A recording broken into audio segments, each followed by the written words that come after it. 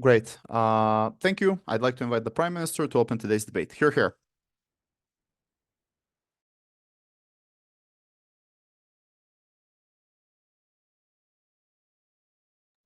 Okay. Okay, before my speech, put eyes in the chat, please. And I will start in 3, 2, 1. The path to victory within this debate is very simple. It is to prove to you that the mockery is the only palatable and accessible way for everyone to critique their religion and to change harmful practices within it. So 3 questions in my speech. Firstly, why we should criticize religion. Secondly, why is mockery the best way to do it? And thirdly, what are the impacts within this debate? So let's start with why we should criticize religion. 3 reasons. Firstly, know that majority of religions have harmful teachings within them. This looks like Hinduism telling women that after their husband dies, they should also probably kill themselves. Secondly, know that not only do they have harmful teachings, they also have harmful practices within the religion, such as harsh punishments for people who disobey the religion in religious countries. Thirdly, know the asymmetry of power that happens in religions, because majority of people, the first way in which they socialize is through their religious communities. This means you usually have a local priest to whom you listen your whole life and who like tells you all these religious ideas and who are usually much a bit more radical than the central religion itself. This means that oftentimes you're a victim of indoctrination committed by these institutions and these local priests. And this means that oftentimes you are manipulated, and if you never get to question your beliefs, you're probably going to be a victim of this throughout your whole life. But fourthly, most importantly, note that there is a broader public to this. Not only people within the religion, but people outside of the religion, which religion also does influence. Those are people who either left the religion or people who are sinful by the definition of religion, such as gay people, in the majority of religions currently. And note that insofar we don't criticize religion, not only don't we help the religious people, but also people from inside of the community. This is problematic because note that religion has influence of people from inside of the community while they don't have an influence on them. So now, why is mockery the best way to do it? 3 reasons why all other ways fail. Because firstly, you cannot refute religion with physical reality. This means that insofar religion is not grounded in physical reality, rather a text, an interpretation, and a belief that like surpasses the physical reality, you cannot refute it with physical objective science. Secondly, note that it is easier to consolidate against criticism, which is based on like metaphysics and philosophy of religion. Why? Because usually majority of people don't have a deeper philosophical understanding of their religion, and insofar they trust their priest. Every time you try to criticize religion on that basis, oftentimes priests just tell them another story and they're more inclined to believe them. But thirdly, know the discussions which are not simple, which are not basic and intuitive, such as mockery are usually unattainable for the majority of people, because majority of people who are currently Catholic do not understand how Holy Trinity works, because it's a highly complex process that a lot of priests themselves don't know how it works, meaning that if you go into discussions which are more like philosophical, or discussions which are more like based on the interpretation of text, this is a game you will always lose, and you will always have a religion consolidating against you and becoming more defensive and becoming more radical. So now, what does mockery look like? We believe this is humor with substance behind it. This looks like Ricky Gervais making jokes about God preferring lesbians, not gay people. This looks like John Oliver talking in a humoristic way about how religion is harmful. This looks like them making jokes, but at the same time, those jokes having substances. And we believe that then this is a tipping point which gets people thinking for 3 ways. Firstly, know that mockery is simple and intuitive. This means you are obviously making jokes based on things that in the text themselves look impossible, such as Moses walking 40 years throughout the desert, and other like humoristic scenarios which are obviously not possible. Secondly, note that this is intuitive for a lot of people, because a lot of people just believe because they were born into it and they were raised with it and they never question it, and insofar they are unable to question in a deep philosophical way, this is the best way possible to point out the things that don't really make sense within the religion, that are not possible within the real world, and that their religion is based on. This means that insofar this is simple and this is intuitive, it's something palatable to people, which gets them thinking, and is then the tipping point from them for them to try to like rationalize to themselves the influence of religion on their life, the teaching that they are being taught by their priests, etc. Also note 2 other things. Firstly, this is usually bite-sized. This is not 1.5 hour or Jordan Peterson talking about religion and how religion is important for social cohesion. Rather, this is small videos in which like a comedian makes a 15-second 2-second joke, which is enough to get you started and get you into the whole thinking about religion point. But secondly, know that this is also like this is also usually found on social media because algorithms like these types of videos. I think we all see the famous Ricky Gervais speeches, etc., which means that usually algorithms don't like tell you or tell you about 1.5-hour discussions. Usually this is bite-sized funny pieces that happen, meaning that insofar this is the only way in which people can access any criticism of their religion, and some of them do choose to question it, and some question this is a net benefit from side proposition. But now let's talk about backlash, because this is possibly like this is the most obvious case for opposition. We do not believe this is that much important because we believe that majority of people who are the minority of people who are like orthodox and believe really much backlash against literally anything. You can do it in a philosophical way, you can do it in a mockery way, you can do it in any way that questions their God. There will be backlash. But the majority of people who don't have strong beliefs but are members of the religious community and the religious community influences them, those are the people who are not going to backlash but are much more likely to question the religion because they're not as strong in their faith. Because before I go on closing, when Ruben is giving his OA, would you rather he makes fun of your speech or gives you constructive criticism? well, I don't think that's the same, because insofar I'm not able to understand him explaining me meta debating, I don't think it's really that important. And if he says something humoristical and points out to me the faults in my speech in that way, I'm fine with it. But now let's talk about like what then happens when we criticize religion. We believe that religion has incentives and capacities to change, but in order for it to change, you have to touch on the basis of people who believe and who are like members of that religion. We believe that like insofar people get critical of religion, it is highly possible for religions or some religious community, it's not necessarily the whole religion, to be more nuanced because of like people are backlashing against it, and it also has an incentive to have as many followers, as much power, etc. But we believe that then there are two impacts. Firstly, that this is an entry point for the majority of people to have faith crisis, to question their religion and to question the harmful practices that impact their life. But secondly, and note more importantly, that victims of the religion who are not members of the religious community but are influenced by religion in a harmful, toxic way are those who get a safe space. Because all over social media you see people making fun of people who hate you, or of ideologies that hate you, and of beliefs that want you literally to get you killed. And we believe this is like a safe space for those people also, and this gives them the power over religion. Well, currently religion is the only institution that has power over them, and is not reciprocal. Propose. Great, I thank the speaker very much for a fine speech. I'd like to give the floor to the leader of OP to open their side in today's debate. Here.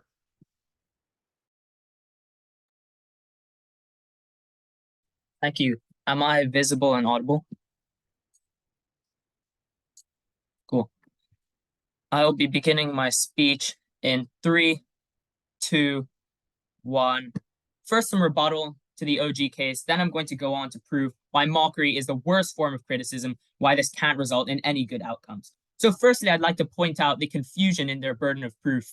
They proved why they were trying to prove why criticism of religion is good. And they attempt to prove why religion itself is bad, which Ayal will directly refute in his speech, plus provide analysis against. But the crucial thing is they don't prove why criticizing it is good just because religion itself is bad, because these are different issues. We're going to prove why specifically this criticism doesn't work and is very harmful. For example, like countries may have very bad practices, for example, China or Russia, but obviously mockery of them will not work, nor will criticism of them work. So we're going to prove why just because mockery is an example of this is just a terrible idea. Then we get a couple reasons on why mockery is effective from the PM. But effectively, none of these reasons are actually mutually exclusive to mockery itself. All they prove that it is somewhat more effective than nothing at all. Then they basically equivocate humor with mockery, and we will concede occasionally humor can be good, but mockery itself necessarily is always bad. In mockery, there's a clear distinction from humor in which there's an element of sarcasm or bullying, and which is just different to making a joke. So we would say a counterfactual that's quite likely here, a form of criticism, is trying to educate and inform people of their options fairly, respectfully, and calmly. You can say, look, I believe you're wrong for these reasons. This doesn't have to be Jordan Peterson, but this can be quite a calm manner that's of criticism. Like, for example, in school, you're trying to inform everyone, give them the basic tools to make a choice without trying to aggressively influence that choice or mock them for being this. It's more of a constructive criticism that we would prefer. So I'm going to prove to you in this speech why mockery hurts and upsets people. So firstly, on the content of mockery and why it's specifically bad. So think about like Family Guy, for example, criticizing religion. So there are 3 points here. Firstly, mockery specifically disrespects their way of life. It's like this idea of trivializing or making it funny, the fact that they're praying, or the fact that I follow certain doctrine, or the fact that I'm part of a community, and the fact that you're challenging my values. This directly clashes with my identity and who I perceive myself to be, because religion often like involves itself in every corner of my life, whether that be following doctrine, praying in the morning, praying in the evening, things like that. By challenging my community, by challenging my way of life, I find it very harmful. Secondly, mockery disrespects my faith. So the idea that I believe in God, the fact that I'm a believer, it makes me seem like you're challenging my brain. The idea that you're saying I'm stupid or I'm naive or I'm some kind of ancient relic, this is incredibly disrespectful, because it's something that I hold very dear to me and that I truly believe in. By disrespecting my faith, you're basically calling me stupid. Then thirdly, you're disrespecting my God, i.e. my source of morality, the thing that I hold highest possible in this world and the core of my understanding. By challenging my God, it just feels incredibly disrespectful, because I perceive it as this thing above me. By trivializing it and by treating it as a joke, you effectively like scorn something which I hold incredibly dearly. So how does this mockery get interpreted? Firstly, we would say that you interpret this mockery as having very bad intentions. So where normal criticism can appear constructive and can appear respectful, mockery is by definition disrespectful, and it comes as some kind of joke or some kind of like hostile attack, rather than something more along the lines of like a debate where you can be respectful and you can be constructive. Secondly, we would say it seems like you're engaging uncharitably, because you're not even trying to engage respectfully or logically. You're simply treating it as a joke, as if it's something below you, as if it's something you can't even, like, you're too good to challenge because it's too funny and too easy to refute. This seems like very uncharitable engagement, which means you're less likely to have buy-in. The third reason is, and the most crucial one, it feels like you're the butt of a joke rather than the target of persuasion, where some forms of criticism can feel like you're persuading them, you're trying to be constructive. If you feel like the butt of a joke, you don't feel like you're the one who's on the receiving end of this criticism. It feels more like a joke for the other secular people at the hands and at the cost of you, rather than you being the one trying to be persuaded and you being treated respectfully. This is exclusive to mockery, in which you feel ostracized, you feel like you're the one at the butt of a joke rather than trying to be persuaded. So even if it's done by people with good intentions, since you feel like the butt of a joke, you don't feel like you're being persuaded, so you can't buy into this. So we're going to give you several harms. Firstly, you simply feel terrible. So anyone who gets mocked, as I said earlier, it feels like a personal attack, because you attach your identity to your religion, which means that you just feel like you're personally damaged. You feel terrible. For example, if a group is mocked, for example, the Jews, it feels like you're being discriminated based on an inalienable trait, which is incredibly damaging to you, because you feel like your whole group, even if it's not you being targeted, you feel attacked anyway. So here's why. And then the second reason why this is bad is because it's simply ineffective. So when religious people hear it, it feels like you're disrespecting their core values. So here's what happens. Firstly, they don't want to listen, because it feels like they're not even being the one persuaded. They feel terrible and they feel persecuted and in danger, rather than a constructive form of criticism could do. Secondly, it feels like it's not in good faith, because you don't feel like you're the targeted audience. It feels like they don't care what I believe. Before I go on, I'll take the POI from opening. Closing. To be clear what the comparative is, this is Judith Butler saying that your religion is the dumbest fucking thing that ever happened, and that you're the cause of all oppression. Does that make me feel better? Disagree. If you're going to try to support that comparative, I need very strong reasons.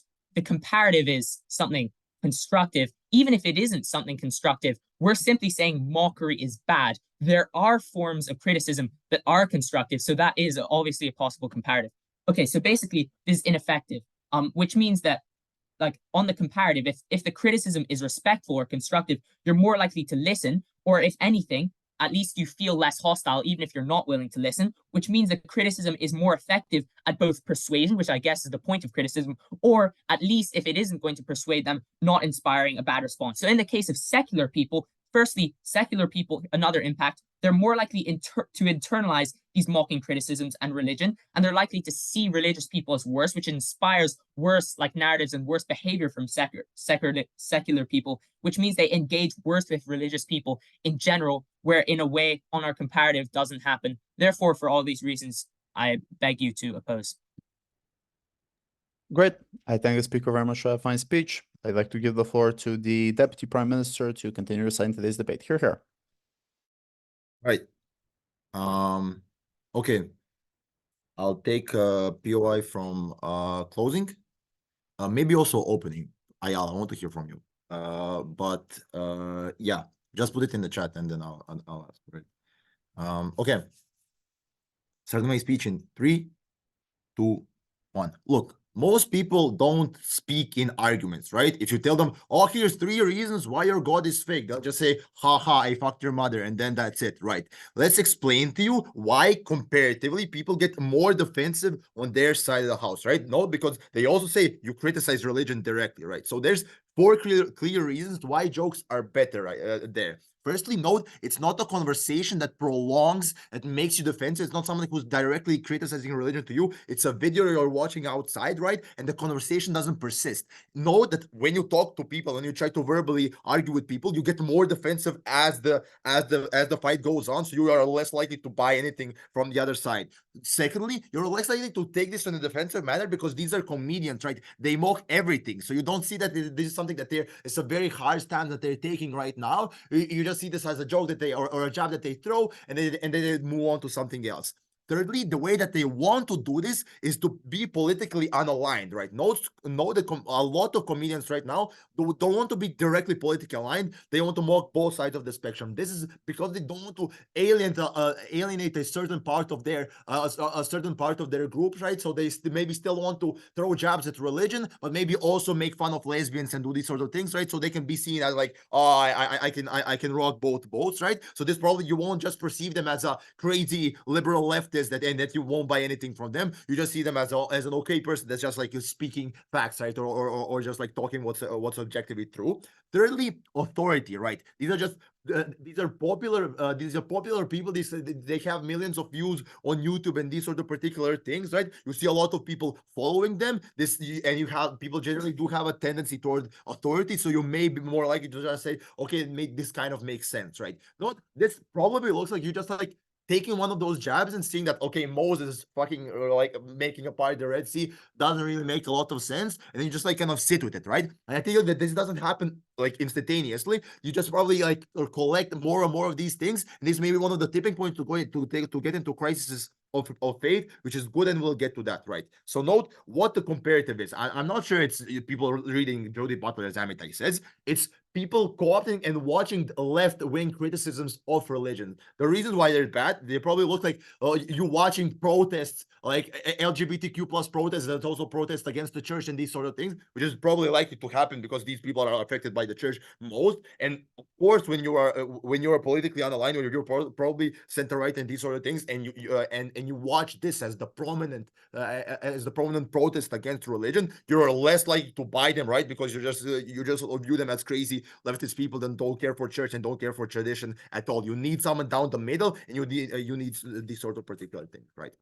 Now on to more reasons as to why mockery in specific is also very, very important, not only connected to these to these specific people. Note, this is very accessible for people, right? You don't have to search for these sort of things. They'll just appear on your For You page and these sort of things. So you don't have to go exclusively going out to where you're likely to grab a bigger stakeholder on the other side of the house. Note, because of humor itself, it's supposed to be intuitive. It's supposed to be something that you get right now, right? And this is why punchlines, the way that they function, they're supposed to be quick, right? You're just supposed to click on a certain intuitive part in your brain that makes you go like, oh wow, that makes sense, right? And thirdly, it's supposed to be proximate to you, because a lot of things that are humors because it's something that you also saw and you also had a lived experience in your life, right? So this means that comedy a lot of the times has an appeal towards your identity and your particular preferences, right? Because this is a particular thing that makes you laugh, right? Insofar this is something that is tied tied to you. They make a joke. They make a joke that it's connected to your life being or your life thing. You're also more likely to buy it, right? Because you just see this as something proximate right now. Before I go on to, I think this brings down all. I want to take quick POI from Ayala. People do leave religions, and religions do modernize due to criticisms. Your burden is to show that the cause of this is mockery. Yeah, okay. Here's a lot of reasons, right? I just gave you like 8 of them, right? I told you this is extremely accessible and all the fucking reasons that I got. That's the answer to that POI. Right. No. So what do we then bring inside the debate? I think it's broadly 2 things, right? I think we bring people.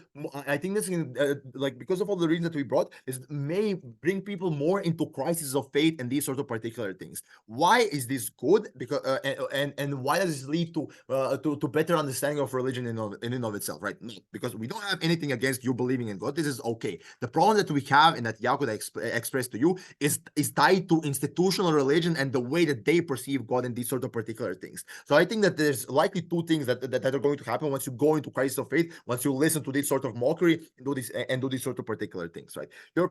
Firstly, like insofar you question yourself for a long period of time, you either opt out of religion and stop believing it in the first place, which is okay because you probably just go opt into a different moral system and you don't really care. This is your preference. This is fine. And if not, I think the likely comparison then is just a deeper understanding of religion in and of itself. Because I think that the people who want to, I think that people who want to opt into more criticism of religion are more likely to do this once you have an entry point of mockery and comedy and these sort of things. I want to take a POI from closing now. Okay, in Nazi Germany, there's a huge amount of mockery of Jewish people, with characterized pictures and textbooks and stuff. Do you think that contributed to the horrible things of World War II in any way? What the fuck, man? This is the completely different asymmetry of power, right? It's the oppressors making fun of the victims, right? I don't think that this is the thing. I don't think you'll get LGBTQ people beheading religious people or whatever you want to say, right? So I think that's the first thing that we prove, right? The second thing, I think we prove bigger solace for victims of religions, right? Not that we can weigh this moral nobility. You have sexual assault victims that have been part of the church and who have social circles within church, right? You need an accessible way of criticizing religion for these people to feel like they have somebody who has their back. No, their family is probably right-wing and religious. Their friends probably also. They need somebody to understand them. They need somebody to reach out. This is the best way to reach out because this is the most accessible way to get criticism of religion. Insofar you have this, you are more likely to just feel solace because you can find different people who have a similar particular experience to you. I think that this is 2 main impacts that you should buy this buy on our side of the house, and for these reasons. Great. I thank the speaker very much for a fine speech. I'd like to give the floor to the Deputy Leader of Opposition to continue our side today's debate. Here.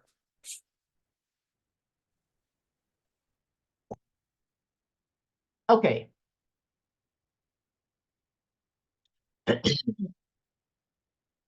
Just trying to get rid of the frog in my throat. I'll begin my speech in 3, 2, 1. I'm going to explain what we're bringing you in this debate, respond to OG, analyze how we increase backlash and why we support religion and people's faith in it, and we don't want to persuade them to not be religious. First, how are we going to win this debate? 1, we show you the greatest practical harm.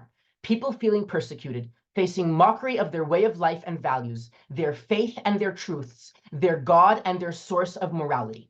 2, we mitigate the benefit from side governments. We show you that you don't get any benefits from mockery to the efficacy of criticism, specifically when you're trying to persuade the people that you are criticizing. 3rd, we're going to show you that religion itself is good and there's no moral normative value to OG. What do we bring you in this debate already?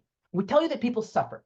You are challenging my way of life, my community preferences. You're making fun of when I get married or how I bring kids or what I like to wear or how I listen to my rabbi. You challenge my beliefs and my brains, things that are truth to me.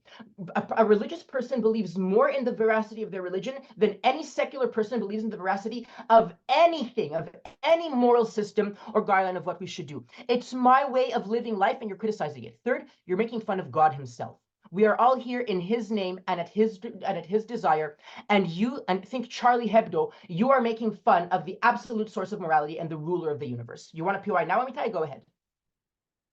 So the thing about mockery is that it only mocks the most extreme forms because that's what's easiest and that's what's most intuitive. So you actually antagonize the moderate religious much less. That is absolute bullshit. Mockery makes fun of whatever is most prevalent and visible to people. Mockery makes fun of people's religious dress. It makes fun of the core notions of their religion. It makes fun of how many kids, if we're in Israel and we make fun of the Orthodox, we're making fun of how many kids they have, we're making fun of how much they fear God, of how they fear hell, of how they think God is always watching them, of how they don't listen to science, of how they don't believe in evolution, of how they believe that the world is only 5,000 years old. We are criticizing things that are central and core to the stories of Abrahamic faiths. Sorry, bro. Let's explain then how we have a clear counter. Oh, finally, these people aren't open to being persuaded after all that. It's like someone telling me, I am a Jew-hating Nazis, and all of you are so greedy. Even if the first part, I am a Jew-hating Nazi, they don't say out loud, when they are making fun of everything we told you about, my way of life, my beliefs, and God himself, I feel that that's what they are saying. We have a clear counterfactual for persuasion. We think persuasion comes from discussion, diplomatic, recruiting discussions. We think that when secular and religious people befriend each other, they can show each other how their way of lives are better. They can discuss issues calmly and respectfully. They can find out why the other side doesn't agree with me, instead of focusing on what looks ridiculous to me, focusing on where the other side may be open to being persuaded. Note, we think that it is good to always discuss respectfully and learn about other people's views to better express your own and to sometimes change your minds. But we don't think religion is inherently bad. We want this discussion just as much to get religious people to persuade secular people to become religious. Let's note, people do change from religions. People have turned from religious to secular. 15% of the world has turned religious to secular, not as a result of mockery. OG, do not come close to proving that the fact that 1 billion people on earth are secular today is a result of mockery, and CG will not come close to proving it either. Let's respond to OG. Why is mockery ineffective? Note, they basically concede that comedians aren't effective at persuading people of messages. They say, Loafer says, oh, comedians don't focus on religion. They're making fun of lesbians and of capitalists and of communists and of everyone. Why does someone like Dave Chappelle persuade any member of any of the groups he mocks? I don't know. If anything, this shows me that these people are asshole contrarians that no one should listen to. And when I see a mainstream audience loving Dave Chappelle and copying and reposting and reiterating the asshole, simplistic, anti-religious jokes that any religious person who hears them would roll their eyes, I don't think that any of them are effective at persuading anyone. But let's be more specific to their reasons. They say that religion isn't grounded in reality. Most people don't understand religions philosophically, and discussions about religions are complex and unintuitive. It is unclear to me why this analysis means that mockery is effective, just that in general, it's hard to persuade people when it comes to religion. I have no clue why mockery is a way around these issues, nor the only way around these issues. How about a personal conversation rather than a scientific one? At no point do they explain why personal conversations are ineffective. It's also unclear to me why these reasons are specific to religion. Science is also hard to understand for most people. It's unintuitive how quantum mechanics works. Wait, where are the reasons that they gave again? It's not grounded in reality how electromagnetism works. I don't philosophically understand any of the moral systems of the seculars. Note, the content of the criticisms isn't even correct. They don't answer the issue that religious people have. So even if religious people were listening, they wouldn't give a shit about the bottom lines being told to them. Let's talk about how this increases backlash. Because how do religious people respond? First, people feel like shit. They want to fight back and argue against whoever made me feel that way, like shit, for an inalienable trait that is the most core aspect of my identity. Second, people feel persecuted. I am marked and targeted. I am the butt of the joke. You're not trying to persuade me. You're mocking me for the sake of others. Thirdly, people feel vindicated. You admit you can't persuade me with science. You admit you're not any more right than I am. But instead of being able to see the truth of God, you stand here and say that you mock us. I'm going to mock you right back. And all you've done is decrease the discussion to dual direction mockery. Finally, communities feel targeted. You are trying to decrease the number of religious faithful broadly in society. I won't have the time to take a POI, sorry. Why is this bad? First, we get splintered humor. Religious people no longer watch Ricky Gervais or Dave Chappelle. They watch religious comedians making religion-focused content. But it's even further than that. There's now backlash to any skeptical sentiments I hear anyways. If most of the criticism I'm exposed to is mockery, when I hear a notion that is a sensible type of criticism, but I'm accustomed to hearing it phrased as a type of mockery, I am close to that specific criticism.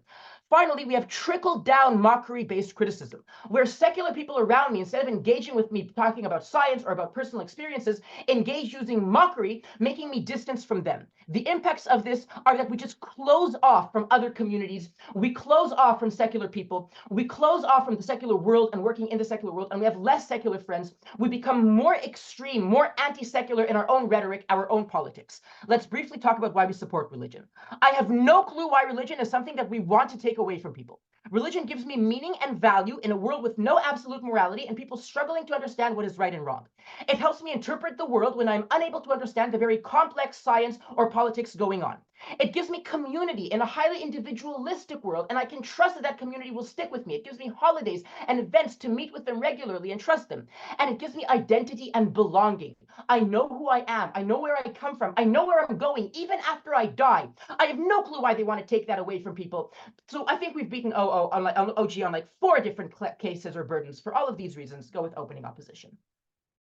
Great. I thank the speaker very much for a fine speech and everyone for a wonderful top half. I'd like to yield for the extension speaker from Site Closing Government to open their side in today's debate. Here.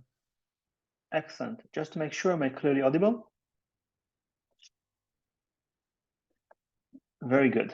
And then I'll start in 3, timer, in 3, 2, 1. Look, closing government is going to give you a very simple case. When you do mockery, you tend to target a much more extremist form of religion than when you do basic general criticism. What is this going to mean in this debate? A, and I want to flag it, it directly answers the opening opposition case, because when you criticize more religious people, you're creating more backlash and you're creating worse harm.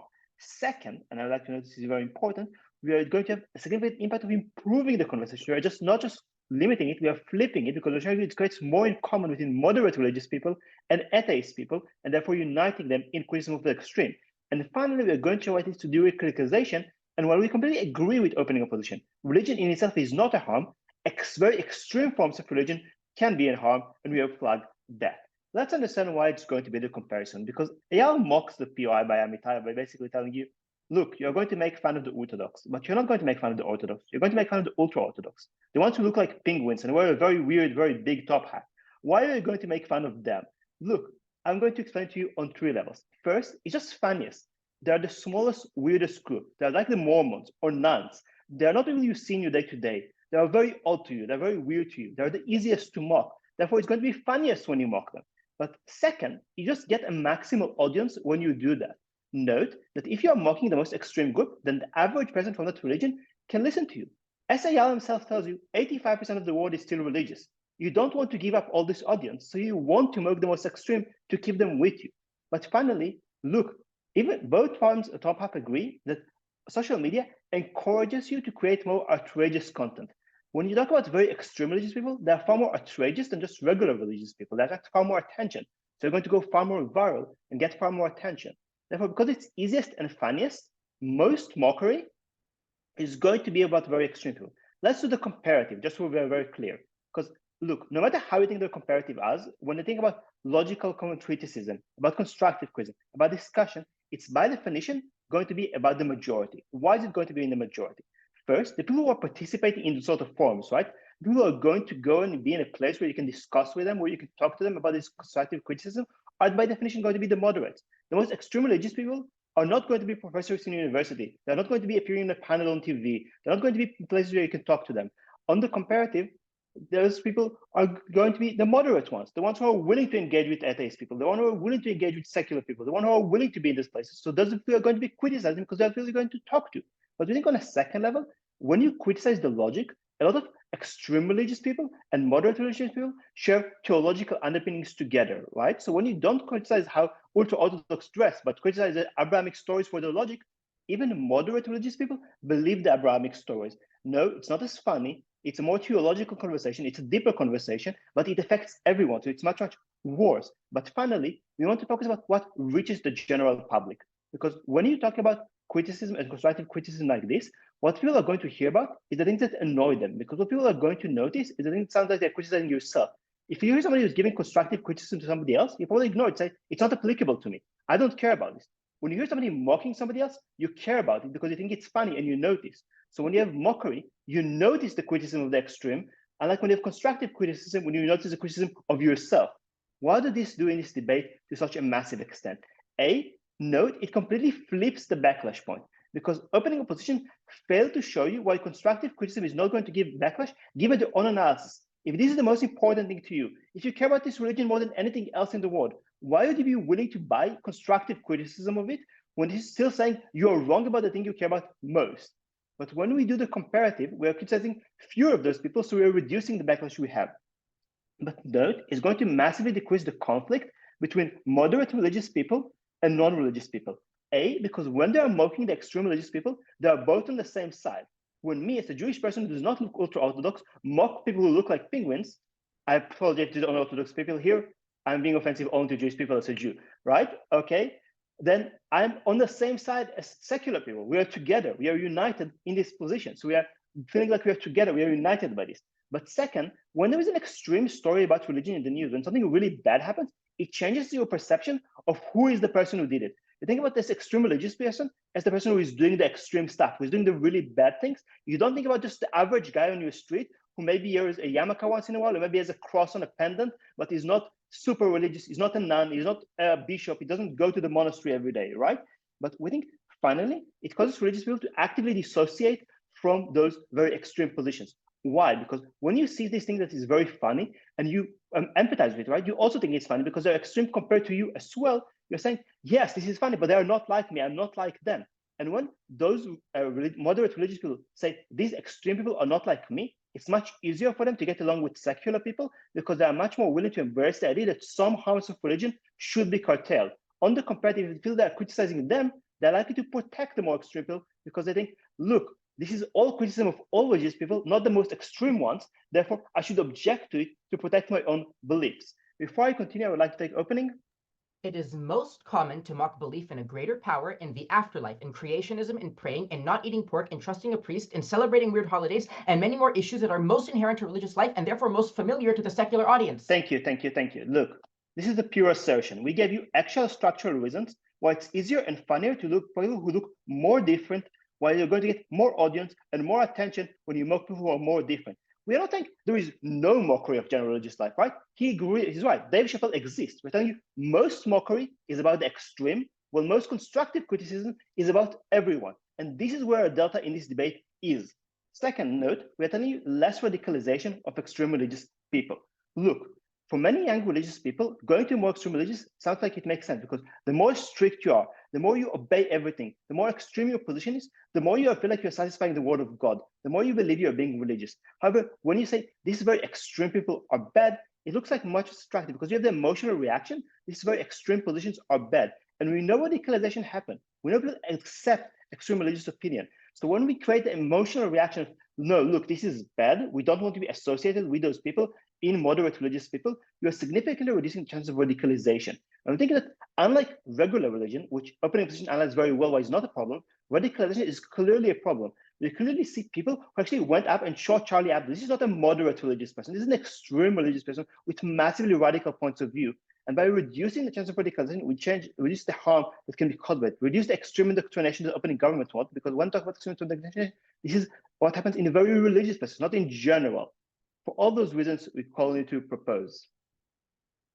Great. I thank the speaker very much for a fine speech. I'd like to give the floor to the extension speaker from side closing opposition to open their side in today's debate. Here. Can everyone hear me okay? Yep. Perfect.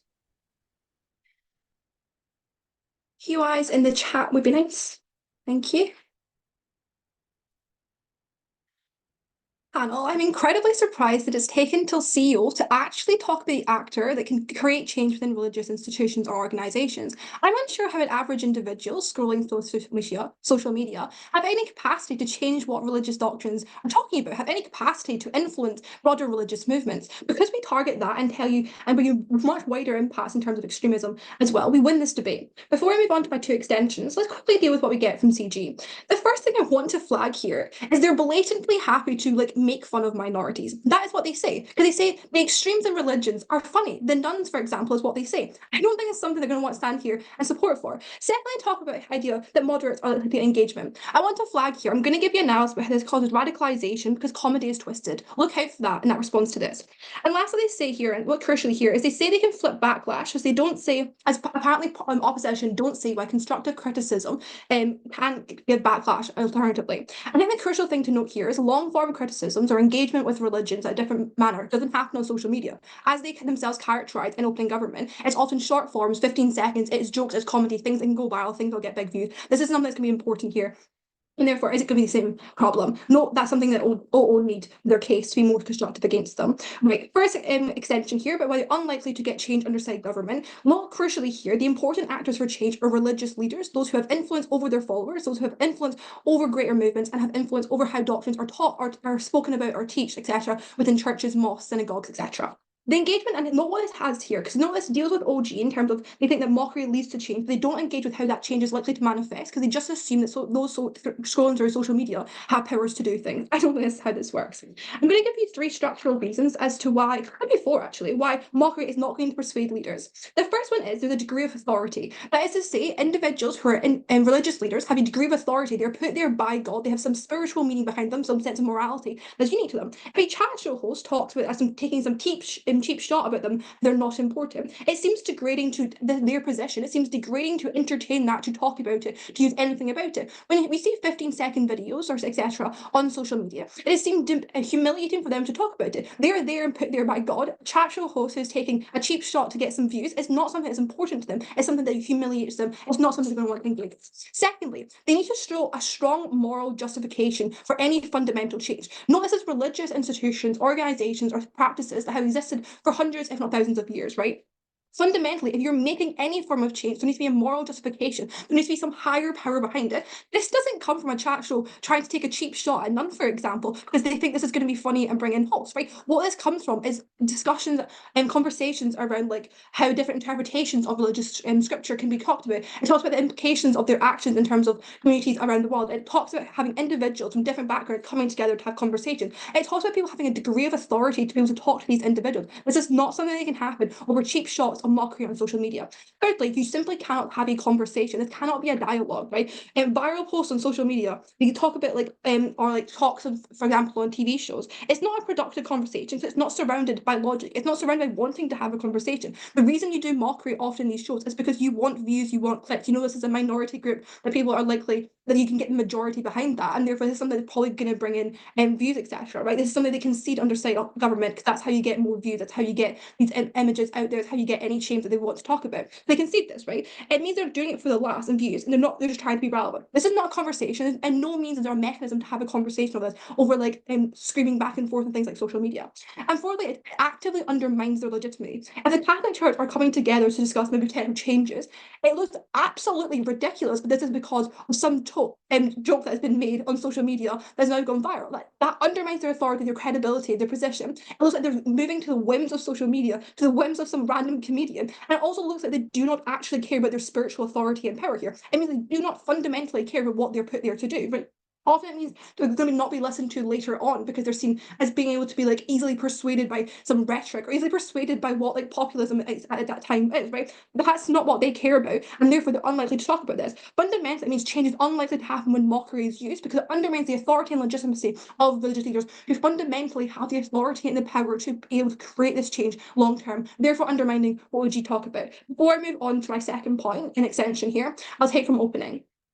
Right. You always have to undermine an authority in criticism, right? Note your comparative. Most communication happens online, so your discussion happens in shithole YouTube comments where somebody just calls you a slur. No comparative.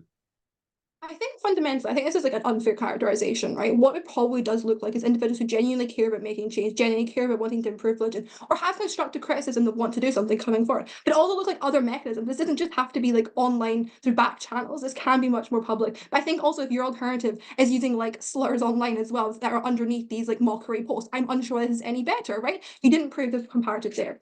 Secondly, let's look at second extension in terms of extremism, right? I think the problem here, specifically using mockery uniquely leads to more extremism extremism. I think fundamentally this is because humor causes anger. I'm going to give you 3 mechanisms that differ to what OO tell you, and tell you how it uniquely leads to more extremism practices that are unique and therefore far greater impacts than the ones they try to give you in OO. Firstly, it's often used in social media posts to radicalize people. Note how you often get stuck down rabbit holes. For example, these are often used and they're often like posted 15-second clips about how, for example, I suppose that religion is dumb or stupid, for example. It looks like things are degrading to them, but it's often capitalized on by individuals who feel degraded, who feel angry about this, and can therefore be reposted, right? This is how often individuals get stuck down rabbit holes, and therefore they're seeing similar likes along these lines of like mockery, making fun of Jewish people, for example, making fun of Islam, right? And this is how people get stuck down in. Not crucially here, that deals with the CG case, but also this happens, like we've seen this happen with like ISIS, for example, where people have fallen into traps like this and therefore have literally left the UK to go to ISIS, for example. We've seen this happen quite a lot with the youth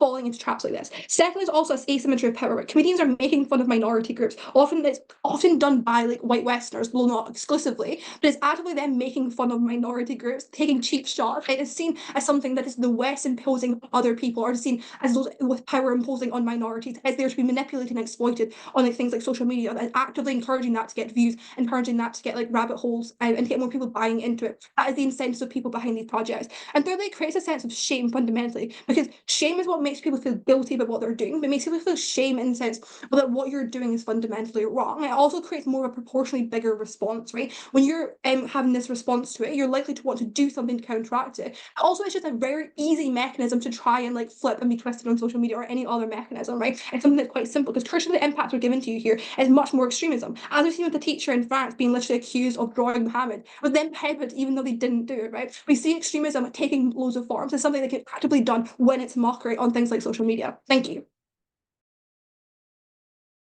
Great. I thank the speaker very much for a fine speech. I'd like to give the floor to the Gov Whip to end the government side in today's debate. Hear, hear.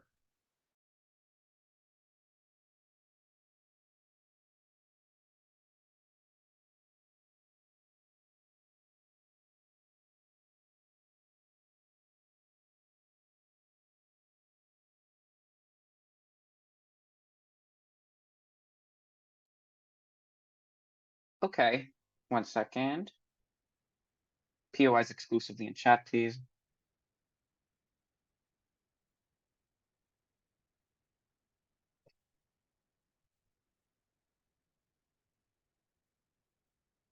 Okay.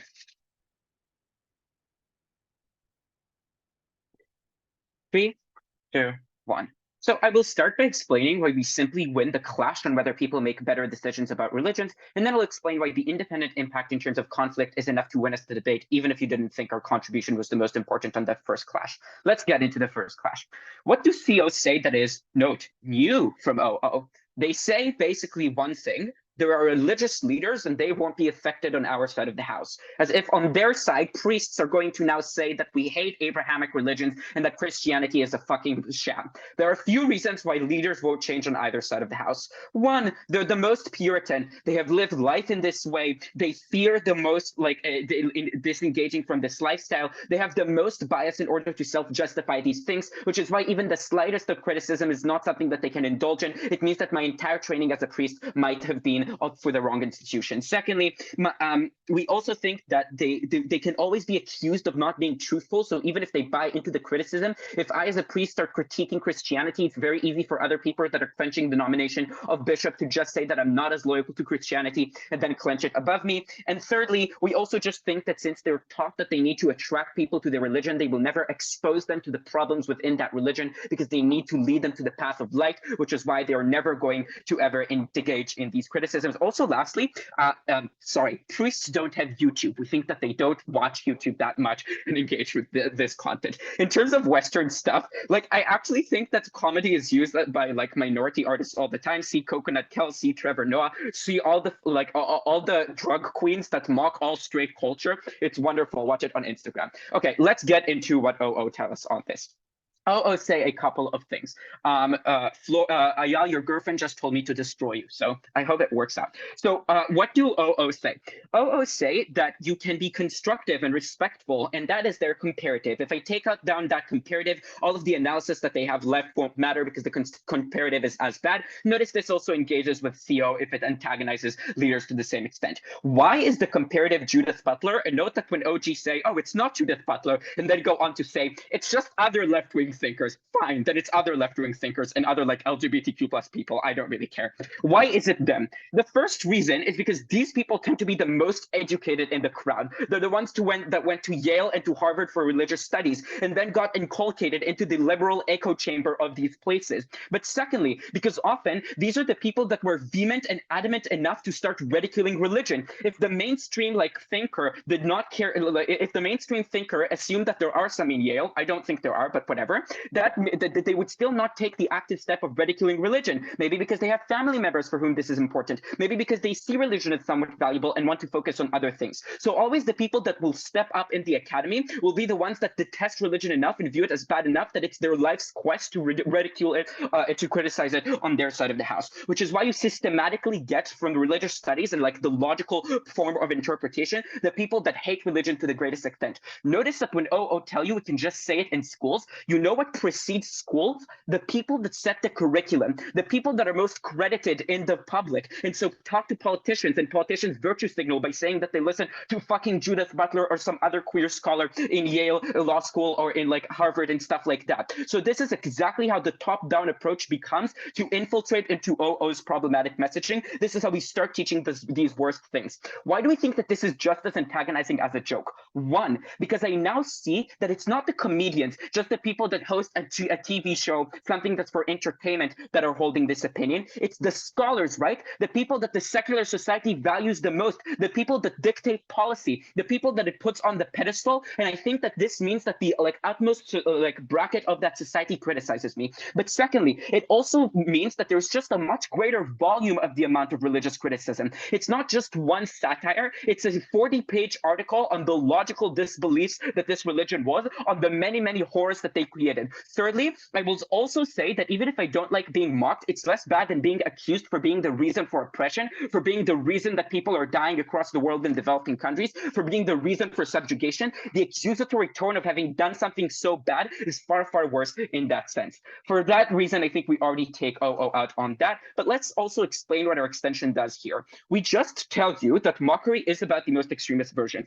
Ayal then gives a POI and also says in his speech, no, it's about the, in chat, please, it's about the most accessible of versions. I think that that's fine. You know what's most accessible to someone that's critiquing religion? The interpretations of religions that were so extreme that those are the ones that first jump to mind, because those are the ones that I remembered and were most shocked by when I saw them in the street. It's the penguin. It's not someone wearing a yarmulke, because that wasn't that impressive. But secondly, because we also tell you that it's harder to explain why something ridiculous is funny. So why not choose the most extreme interpretation? If I can make a crowd laugh more, or if I can make more ratings in my show and people want to stick in, then I will choose the most extremist interpretation and not something that isn't intuitively funny. Lastly, we also tell you that people don't want to get fucking canceled in conversations, okay? They don't want to maybe speak in a crowd and have someone that's moderately religious. So they don't want to criticize the entirety of the religious institution. They want to criticize something that they think will appeal to the common denominator of people around them. At the end of the day, we all want approval, whether it is the commercial interest of shows or in an interpersonal communication, the fact that I just want someone to like me. Why do we think this weighs over OG's contribution in this clash? Firstly, we show two-sided. It's not fucking last chance, Ayal, but yes. CG identified that good criticism ought to be nuancedly targeted, but comedic mockery is simplistic, lowest common denominator designed for a secular audience who doesn't understand the differences between orthodox and ultra-orthodox like Hoi does. Because I see that the religious people aren't dressed like penguins, and I see that they aren't looking like that, and that their women aren't like 7 women. Okay, why do we think that this is so important? The first thing is that I just think that this is an off-engagement contribution that's more important to GovBench. When we flip opposition rather than just mitigate them, this is more substantial than OG. Secondly, I also think that they only explain one side of the comparative. They say it's better that religious people become less religious. We say it's better that both secular people engage with religious people because they mock the moderates less, but also vice versa. So we get more secular people that maybe could benefit from religion making the transition, and also less religious people making more religious people making the transition. Thirdly, notice that Ayal is right that the fact that they point out that the op comparative doesn't make like going out of religion doesn't enable you to go out of religious. They still don't prove that mockery does, which means they're talking about such a small population of people that would actually make the transition. Our impact affects many more people than that. It's the fact that I feel as threatened when my neighborhood has religious people in it. It's the fact that I discriminate against religious people less. We're not just contingent on the extreme OG impact of like people transition from the religion. For all those reasons, CG. Great. I'd like to thank the speaker very much for the fine speech and the many penguin jokes. I'd like to give the floor to the CO Whip to end today's debate. Here.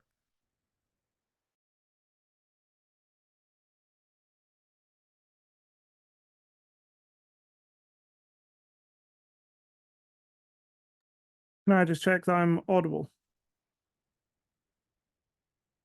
Yep, you're audible.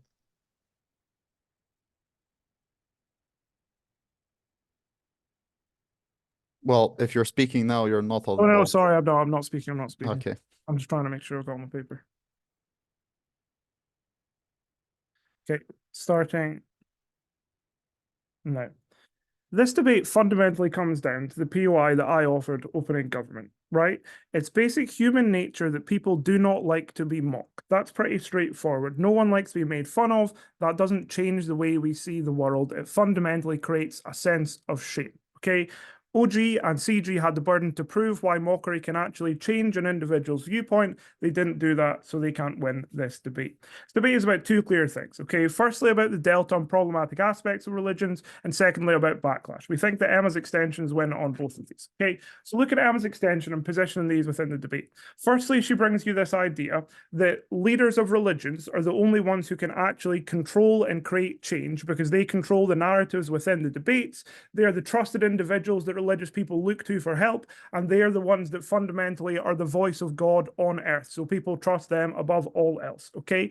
And crucially, the delta that she tells you here is not just that they will change people's views for the better, but this mockery will make them more entrenched in their views, okay? When you're making fun of the Pope, or when you're making fun of imams, or when you're making fun of priests, these people do not then feel like, oh yeah, actually maybe I'm wrong about my whole life. They become more entrenched about what they view. They feel like the world is against them, okay?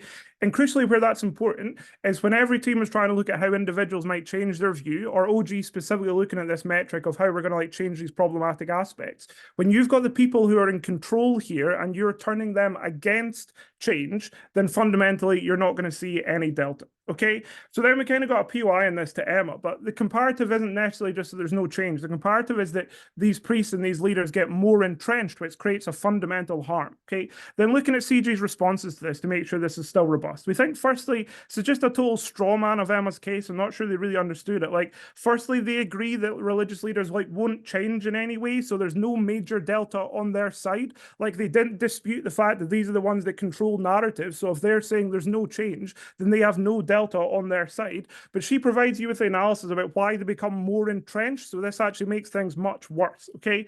But then on top of that, I think they ignore the importance that religious leaders have to others here. Okay. So when CG are talking about moderates and how they're going to become like less extremist, if they start to like question their opinions on things, who are they going to turn to?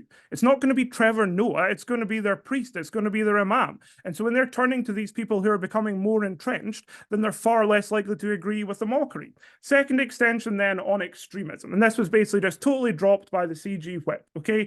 And Emma gives you this idea that like mockery leads to extremism. And this was touched on, but Emma gave you some distinctly new things, okay? So what did Emma give you that's new? She gives you key mechanisms, firstly on the social media twisting and talking about how fundamentally radicalist groups like ISIS or like the Proud Boys in America use this to like twist people and radicalize them. They use this mockery to make it feel like the world is against them, the world's making fun of them, and so they should be more extreme, right? Okay.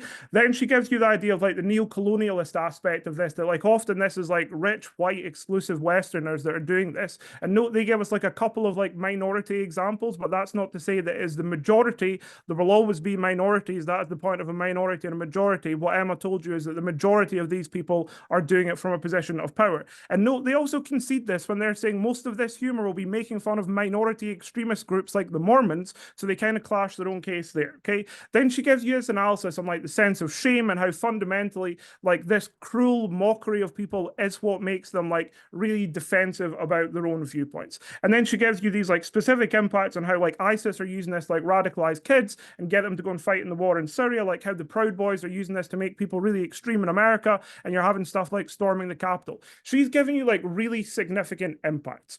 Where does this beat O? Okay, well, we think this beats O because it's a much more significant impact because she plays out what this actually looks like in the world. This looks like people are being radicalized and moving out to the Middle East. This looks like people are being radicalized and buying guns in America and carrying out mass shootings, right? Like she gives you the impact that all of their analysis is only important when these things come in. So we think they're crucial contributions to the debate. Then going through our other teams, okay? With OG, we think the main issue with OG is that they like hinge their entire case on the idea that like mockery is the best way to see progress in religion.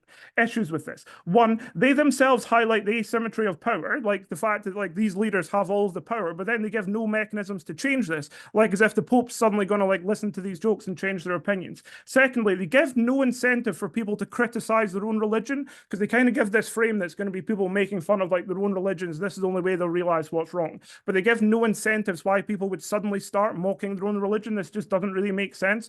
But ignoring all of this, if you were to take them at their best case, like their point was that like people don't really understand in the comparative, like people don't really get like these long form like Jordan Peterson kind of things. Like we think, one, this is like quite a patronizing assertion. Two, we think like why would they listen to a 15-second joke in comparison to a lifetime of going to church on a Sunday and being told this was really important? There's no mechanism about why this would make them change. Like thirdly, we think at best like why do we necessarily care about this? Like we think religion provides a lot of people a lot of good, and if they're saying like these individual moderate people are going to make some now jokes about the religion, what good is that when it has no change? Okay. Then moving on to CG quickly, like they give us some actual analysis on like moderate religious people. Like one, we think this is like a really strange point of view to kind of support attacking minorities, and we got a flippant response from OG on my point on this. Like fundamentally, this how supports means in totality. They need to support majority groups making fun of minority religions. We don't think this is a moral thing to do. Secondly, their delta is that moderates will now be not as extreme, even though they've already characterized them as like moderates. Like who is becoming less of a Mormon? Either you're a Mormon or you're not a Mormon. No one is becoming sort of less extreme if they're already a moderate, okay? But then the importance here is like Emma characterizes how religious leaders are going to be becoming more entrenched, is going to make things worse. And then these marginalized groups are becoming more extreme, which takes over this. Then on O, and we think we're probably like winning at this point. We think they did some really good analysis on why this doesn't actually make people change. What Emma tells you crucially is that how these leaders of religion are specifically impacted by this. And this is important for two reasons. One, they're the actors with the most power, okay? So when they agree that certain things need to be changed, they will. When they disagree with certain things, those things won't be changed because they're the ones that have influence over their flock, over their mass, right? And we tell you they become more entrenched. Next, on individuals, we think we give you more powerful mechanisms because like in OG's best case, if they're having like a crisis of faith, who they're going to turn to is their religious leader. So we win on all instances here. And then in sort of like the radicalization and mockery stuff, like what I said to you is like we give you like the deeper impacts, like the really bad things that happen here, whereas they only hinted towards it. For all those reasons, side seal. Great. I thank the speaker very much for a fine speech and everyone for a very funny, entertaining, and engaging debate. Please virtually cross the floor, shake hands. This is a closed round, so you'll get feedback after the break is announced. Okay. This is the first time I'm recording an OA for a closed round, so let's see how this goes. I guess all of you will be watching in the channel, hopefully. So thank you, everyone. This was a very entertaining and wonderful debate. Ultimately, we saw this as a gov bench, with the first going to opening government, the second going to closing government, the third going to opening opposition, and the fourth going to closing opposition. Why did we reach this case? From opening government, we generally get the following argumentation. There are many reasons as to why demonizing, criticizing, using humor, whatever word you want to use, mockery, that was the word, is able to persuade some individuals to basically doubt some fundamental aspects of religion, This is because it like is simple and intuitive. It is something that's palatable. It is easily accessible. And the way this works as a process is that you usually see this like a couple of times. And then this is the gateway drug for at least some people to have a crisis of faith, where they're able to ask themselves, okay, do I completely agree with these and these religious practices or not? And after that, they're able either to leave religion in total, or they're able to still be religious, but have a more moderate version of religion to self-select basically on what things they agree or not agree. And the other impact that they prove is that for individuals who are ostracized by the church or by any religious organization, they're able to find a community of sort or someone who shares their narrative in order for them to make themselves feel better and move later on life. The case we get from opening opposition goes along the lines of the alternative is moderate conversations that are like long form, and people try to persuade each other with respect, and that basically mocking will cause alienation more likely rather than affirmation. And they give multiple reasons as to why this is the case. Now, why is OG be able to beat opening opposition? The first is that OG pokes a lot of holes in terms of the comparative problem that is in opening opposition, i.e. OG accepts opening opposition's comparative, but says this thing is also likely to antagonize you as an individual, because this conversation is likely to be more long form, because you're still doubting core tenets of this aspect, and because you are still even though you're not mocking, you're still harming the religious beliefs to a certain extent. To this, leader of opposition and deputy leader of opposition have a very little response back. The response goes along the lines of, will people care or will be more affected by mockery rather than you doubting core tenets of what they believe? I think this is asserted in the debate. In the panel discussion, this is what we ended up thinking, that in order to buy this argument, we would require much more analysis to understand it. Whereas in comparison, the one-liner that comes from opening government, which is that if something takes more time, you're likely to basically toxify the conversation more because you're continuing on this type of thing, seems to be more intuitive and more simple logic based on first principles that we could buy. So the first reason opening government beats opening opposition is they're able to poke a hole in terms of the comparative problem that opening opposition has. The second reason is that we are not particularly sure what exactly is the harm coming from opening opposition. We understand opening opposition gives to us a bunch of reasons as to why people will feel bad based on these criticisms towards the religion, but we don't necessarily understand the magnitude or intensity of this particular harm. I.e., we understand people may feel bad, but we don't necessarily understand how we weigh this harm is opposed to other considerations that opening government present in the debate.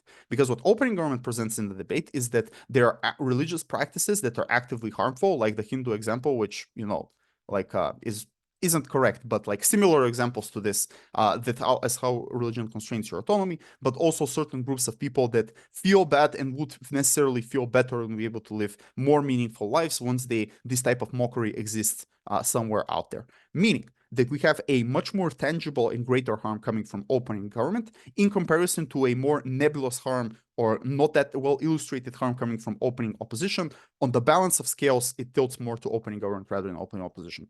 The final thing that's in opening opposition is an attempt to explain that being religious is good. Opening government provides nuance by saying we're not actually against people being religious rather than certain aspects that are problematic, which means that ultimately this response or this argument is not within the clash of the argument that opening government is making within this debate. Bringing closing government to the debate. What do closing government try to prove?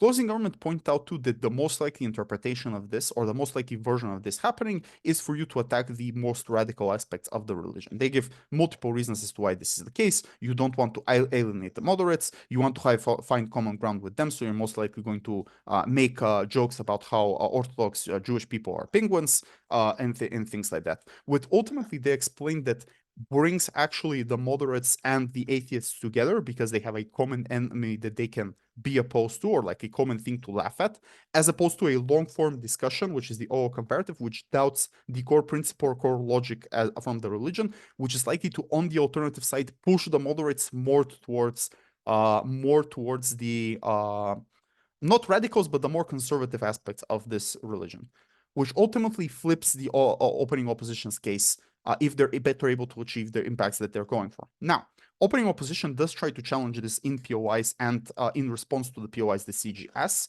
I think in the whip there's very good explanation as to why on balance it's more likely for you to be opposed to the radicals rather than the moderates. Not that there's no analysis coming from OO, but just the quantity of logic that comes from CG that's multi-layered means that on the balance of probabilities, this is the most likely alternative. Given that's the case, the only if closing government is able to both poke a hole in terms of the comparative problem on opening opposition, so they're not able to achieve the flip on their case on OO, and CG is also able to give an additional impact in terms of people like collectivizing more, being able to communicate more, and doing all of these type of things. The question then finally becomes whether or not we buy the mockery point coming from OO in terms of people feeling bad, as opposed to the collectivization point coming from closing government. Here, the tiebreaker comes in terms of the framing, where closing government explains if on balance, we're more likely to mock the radicals rather than the moderates, then the impact of mockery that comes from opening opposition is also reduced because those are not the people that are mocked to begin with. So this is why closing government is able to beat opening opposition. Why does closing government still lose to opening government? The particularization, let's use that word, or the tangibility of the harm coming from opening government in terms of the groups that they're talking about, in terms of the practices that they have, in terms of the groups that are alienated, are again much more tangible and much more visualized for us to understand why they are important in comparison to the closing government extension, which is not impacted to that extent. So what we would need it from closing government to beat opening government is firstly to impact the extension. I explained why actually moderates and atheists co-opting together is a good thing and what are the particular practical impacts that come from this argument. And secondly, an explanation as to why this argument weighs more than OG. There is an attempt to this at the final minutes of the web speaker. I think without an impact, it's very hard to weigh, like even if the weighing is, well, we have quantitatively more people. If I don't understand what is the impact that you're going for, this weighing doesn't necessarily hold water. But two, you need to impact it in order for me to understand. So given that's the case, and given OG have a much more tangible impact that we can weigh as opposed to no tangible impact coming from closing government cannot beat opening government. Bringing in closing opposition. Closing opposition has two contributions in the debate. Number one, you won't persuade religious leaders, and number two, this will lead to more radicalization. Similarly to OO, although here the problem I think is greater, is that again there is a comparative problem, i.e., why religious leaders in the alternative would like to moderate or would like to liberalize, or why will radicalization happen to a less extent to the alternative. You prove one side of the argument as to why mockery will lead to more of this stuff, but if it's not explained to me, because debating is a comparative sport, why something doesn't happen in an alternative, all it takes from a GovBench team is to just poke holes in terms of this argument in order to flip it. And this is exactly what GovWhip ultimately does when GovWhip responds by saying, look, religious leaders most likely won't change because they have a vested interest in not changing. Look, radicalization most likely doesn't happen because it's like a small portion of the general population and things like that, which means that to a large extent, these arguments become less and less likely to be bought in comparison to GovBench. In comparison to opening opposition, I think opening opposition, at least to a certain extent, has some material remaining that I think changes within the debate in terms of how people feel when they're mocked, in terms of how the average individual backlashes, as opposed to religious leaders who seem to have much more stronger interests to not change themselves and to not basically moderate themselves in this way. If that's then the case, the burden is on CO to weigh why religious leaders are more likely to change, not just why they're closer to have the capacity to change, but why they'll have an incentive, as opposed to the groups that opening opposition talks about in order to be above them within the debate. That's the call. Hope it makes sense. You can reach out for personal feedback in the comment section, joking, on Facebook and in Discord. And yeah, thank you very much for the debate.